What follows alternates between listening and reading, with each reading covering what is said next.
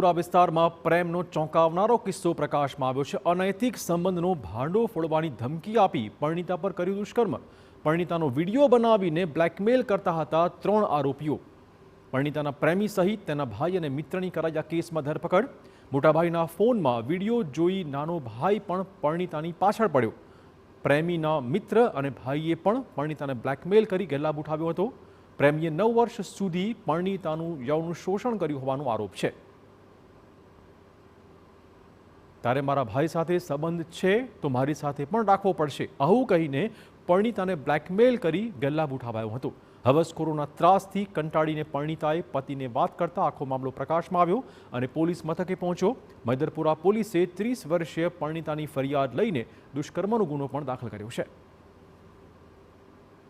મૈદરપુરા હદ વિસ્તારની અંદર એક ચોંકાવનારી જે ઘટના સામે આવી છે કે એક યુવતી સાથે અનૈતિક જે સંબંધ બાંધનાર લોકો સામે જે રીતે મૈદરપુરા પોલીસ સ્ટેશનની અંદર જે ફરિયાદ નોંધાતાની સાથે જ મૈદરપુરા પોલીસ દ્વારા 2 ભાઈ સહિત 3 લોકોની જે ધરપકડ કરવામાં આવી છે। જ્યારે હકીકતની જે રીતે વાત કરવામાં આવે, જે રીતે ફરિયાદ નોંધવામાં આવી છે તે રીતે અનૈતિક સંબંધનો જે ભાંડો ફોડવાની ધમકી આપી અને પરિણીતા સાથે 3 શખ્સોએ, જેમાં 2 ભાઈઓએ જે હવસનો જે શિકાર બન્યા હોવાની જે હકીકત સામે આવી હતી।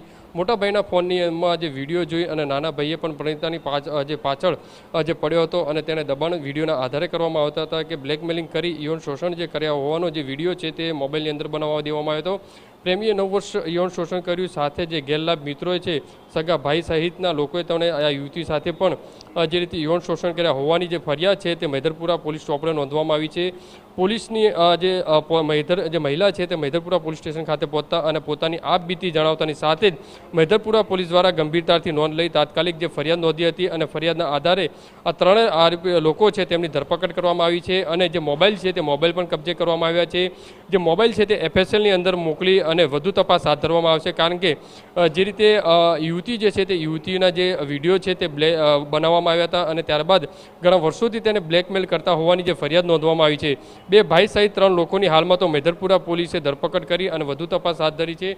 મહત્વની વસ્તુ એ છે કે યુવતીને જે રીતે યૌન શોષણ કરવામાં આવ્યું છે તે ફરિયાદ છે તે આખરે મૈદરપુરા પોલીસ સ્ટેશને નોંધાતા હાલમાં મૈદરપુરા પોલીસે ખરેખર કઈ રીતે આખી હકીકત બની છે, કઈ રીતે કેટલા સમયથી આ કૃત્ય જે કરવામાં આવતું હતું, આ તમામ અલગ અલગ જે દિશાઓની તપાસ હાથ ધરવામાં આવી છે।